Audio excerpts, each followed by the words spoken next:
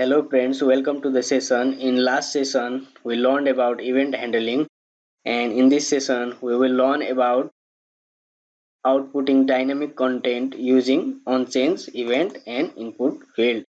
So for now, let's delete this button and form,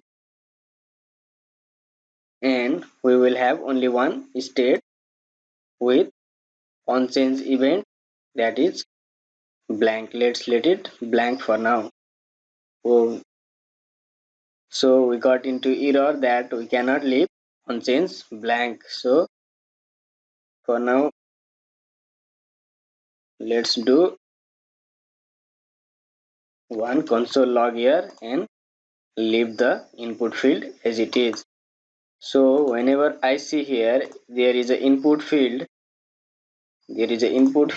with nothing, and whenever I write something, it is getting logged that change occur. So our on change event is working fine. So to output this typed content dynamically, we need a state here, because a component can get changed from inside a component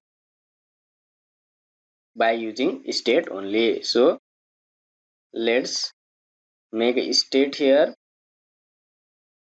State is equal to, and let's say text dot dot blank initially. So on this handle click, I will make this as a handle change, and this will get one event. So what is event? I will go into that. So in this on change, now I will do this dot handle change, handle change.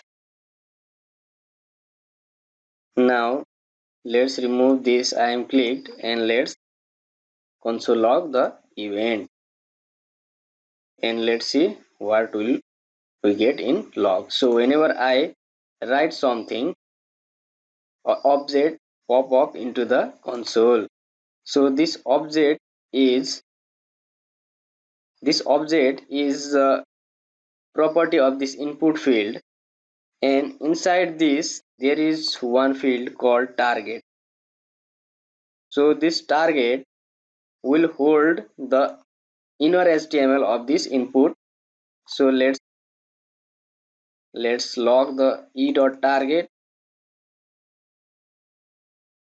Now whenever I write something, see I am getting an input with type text, and this input have lots of thing in it. So there is one thing called value here, value, and the value is showing s, which is what we have typed, right? So we will get the typed content in e.target.value. So let's log it, and whenever I type something, I am getting it in the log. So what we do is we will set the state,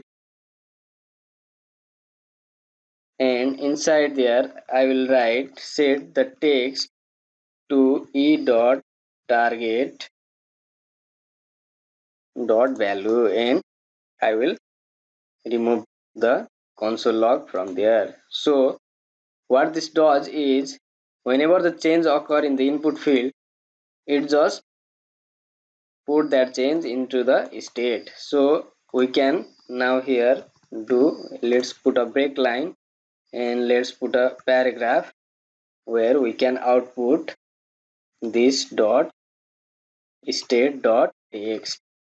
So what happened here is, whenever the change occur in this input field, this handle change function get triggered, and this handle change set our state, whatever the value we write in this input field, and after state gets changed by the set state method, it re-render the UI, and which will rewrite the changed state in this paragraph. So let's see the result.